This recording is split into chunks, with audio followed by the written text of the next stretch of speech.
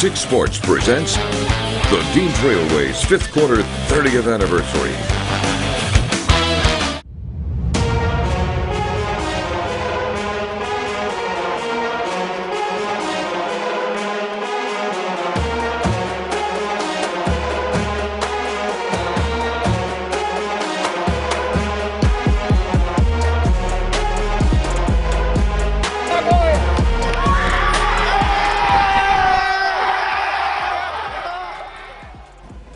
Well, did it ever feel like football season out there tonight? Hello and welcome to the Dean Trailways 5th Quarter. As always, we thank you for spending your Friday night with us.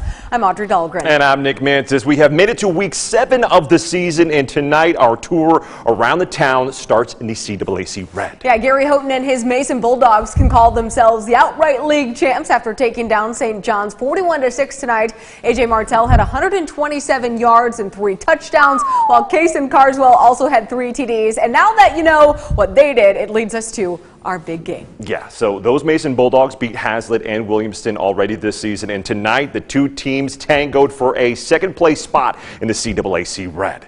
Willie the Hornet was buzzing tonight, as was the Williamston student section in all-black clothing, and they would need to be loud against a tough Viking squad who had a 20-6 lead when we pulled up. And they know exactly how to add to that lead by handing it off to Nakai Amakri, who finds an opening and takes off 78 yards to the casa to make it a 21-point game. But the Hornets fought back in this one as Alex Petersburg connects with Noah Dunkel out in the flat, who gets to the outside and tiptoes his way down the sideline and in for a Willie touchdown, making it a 3-point game. It all came down to an onside kick. But the kick bounces off a Hazlitt player and goes out of bounds as the Vikings would kneel out the rest of the clock to win it 30-27 the final, beating Williamston for the first time in 5 years. Another goal of theirs achieved in their 2022 campaign. I mean, it's crazy. There's nothing better, really. Friday night, beat Williamston. Like I said, we had them targeted for a year. We've been in the weight room every day thinking of Williamston, and, to get this win is huge. It's huge. Anytime you play them, no matter what it is, if it's football, basketball, tiddlywinks, when you're playing Williamston, it's time to step up and you're going to be in an intense game, and it's just great for the program. We've come up short for a couple years in a row against them, one-score games, and we found a way to pull this one out tonight.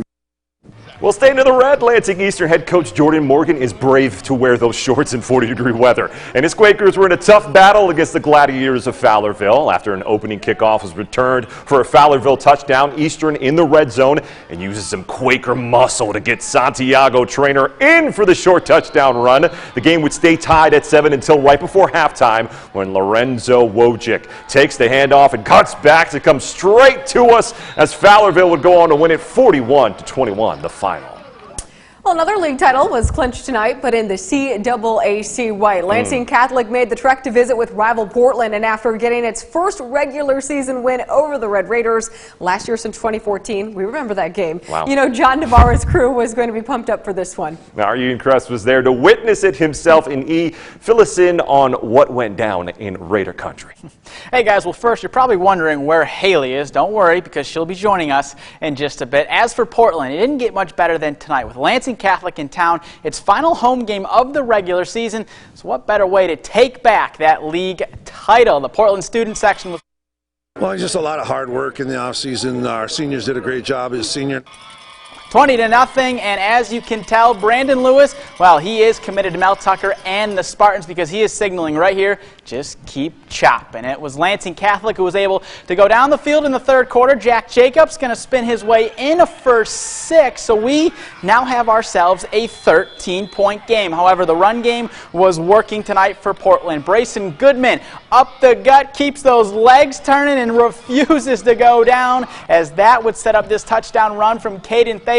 He slips through the defense and our camera to increase the lead. And then in the fourth quarter, well, how about Drew Miller? One more for good measure. At the goal line, he completes the mission as Portland takes down Lansing Catholic 33-14.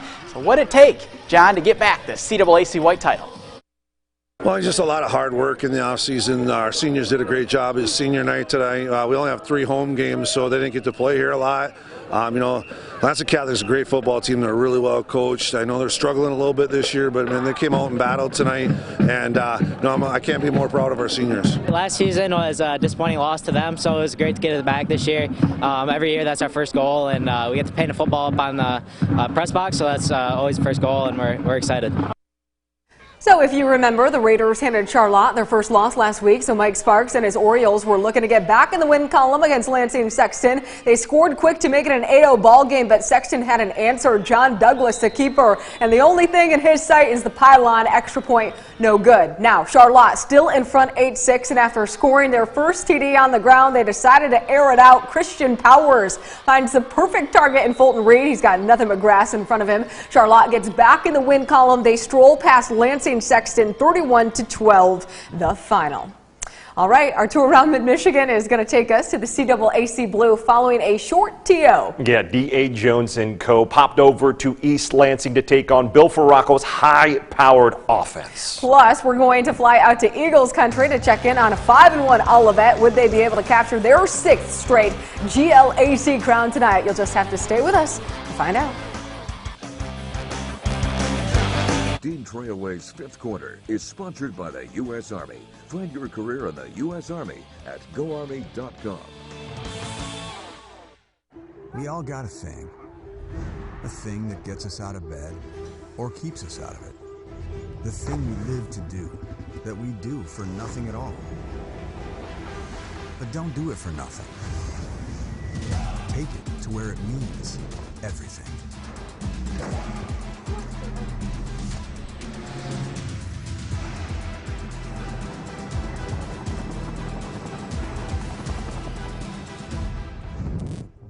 Michigan's weather's unpredictable. You need a convenient solution to stay dry on rainy days. Introducing the convenient Rain Cape. All you do is unzip the neck pouch while wearing it around your neck, and it deploys like a cape and transforms into a raincoat. You can even use it as a neck pillow, seat cushion, or back support. The convenient Rain Cape is your all-in-one solution so you never get caught in the rain again.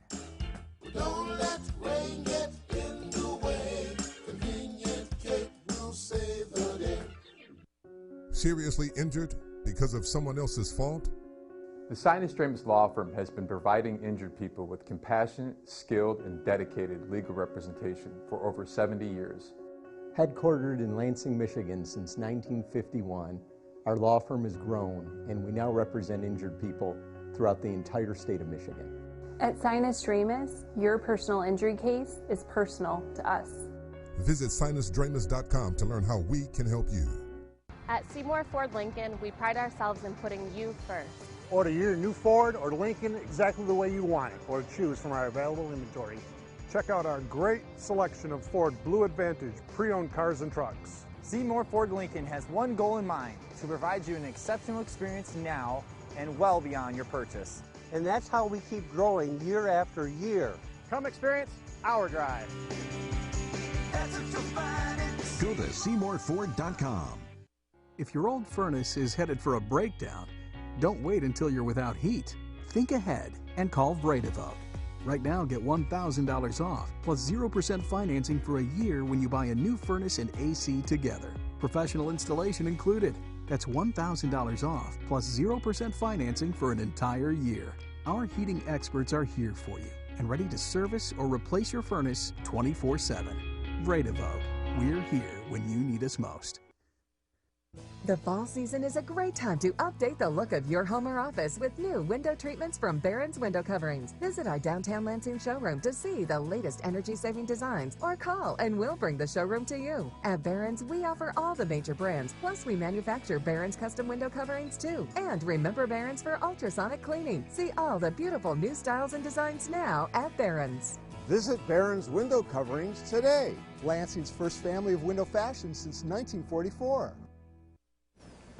Welcome back to the Dean Trailways fifth quarter. After shutting out Lansing Everett last week, 48-0, Bill Faracco's East Lansing Trojans are inching closer and closer to a league title in the CAAC Blue. Up next tonight for the Trojans was Waverly, and the Warriors lost their game last week to Holt 30-6. So how would tonight go? Well, big plays were made on both the Trojans and Waverly's teams this evening as East Lansing was looking to close out their season strong. First drive of the game, knocking on Waverly's doorstep. Trojans QB hands it off to old reliable Noah Lopez, who takes the ball in for the score for the first one at home. And this one was all EL as they would go on to dominate this one, 41-6, the final. All right, so as we mentioned, Holt took down the Warriors last week, and tonight Chad Falk and his Rams were back home hosting Lansing Everett. The Vikings scored on the very first drive of the game, so Holt needed to respond, and it's exactly what they did. Seneca Moore keeps it for himself, and that's a good idea because the senior QB was slicing and dicing through the defenders. A 35-yard scamper to the house for one of his 2 rushing touchdowns. Rams within 1. A little bit later in the quarter, they'd go to the ground again. This time Moore with a give and go to Isaiah Foster, and he punches it in from 1 yard out, one of his 2 rushing TDs. Then right after, Fulton goes for 2, and it's almost like deja vu. Moore hands it off to Foster, and he finds the end zone with ease. Holt wins big, 52-7. Well, that will set up a nice little showdown with EL next week for Holt, because winner of this one's going to clinch at least a share of the blue. Okay, so as you're finding out, a lot of league championships were decided tonight, and it was no difference in the DLAC. Yeah, Olivet welcomed Lakewood to Eagles country, and on paper, this had all the makings of a thriller matchup because both squads are 5-1. So out to O-Town we go and check out the extra help the Eagles had on the sidelines tonight. Love the little kids getting in the spirit. When we got there, Olivet was already up big, 22-0 into the second quarter. The Vikings looking to get some momentum, but Brody Lehman says not on my watch. The senior runs it back for a pick 6 to put Olivet up 28-0. Now with less than a minute till the half, and surprise, surprise, Bo Lincoln tosses a dime down to Ramsey Basso. The 2 connect for the 42-yard score. Basso had a huge night, 201 yards with 3 touchdowns to help the Eagles take home their 6th consecutive GLAC crown, topping Lakewood 42-7 the final. Take it away. All right, I will. And with its big win over Pewamo Westphalia 2 weeks ago, Fowler was in position tonight to claim its first league title since 2014. Tonight was also homecoming for the Eagles, and a new tradition I found out: the students drive their tractors to school. Pretty funny there, and the students were out in full force for tonight's game as Fowler was taking on Langsburg, and it was the Wolfpack who were looking to ruin the party. Second quarter, Ty Randall going to connect with Eli Woodruff, and he is going to do a little shake and bake his way into the end zone for the first score of the game. Fowler would respond on its next drive as Jacob Hoffman, with a QB keeper, uses that big O-line to tie things at 7. Then just before halftime, check this out, guys. Hoffman goes over the middle to Tristan Smith, and he is going to do the rest. Bounces off the defenders, stays on his feet, and takes it in for the Eagles touchdown. He was flexing after that, and because, though, of big hits like this all night from the Wolfpack, Hayden Johnston on the hit there, Langsburg would score 20 unanswered points to take down Fowler 27-14, and we now have a 3-way tie atop the CMAC with Langsburg, Fowler, and PW. Certainly a lot of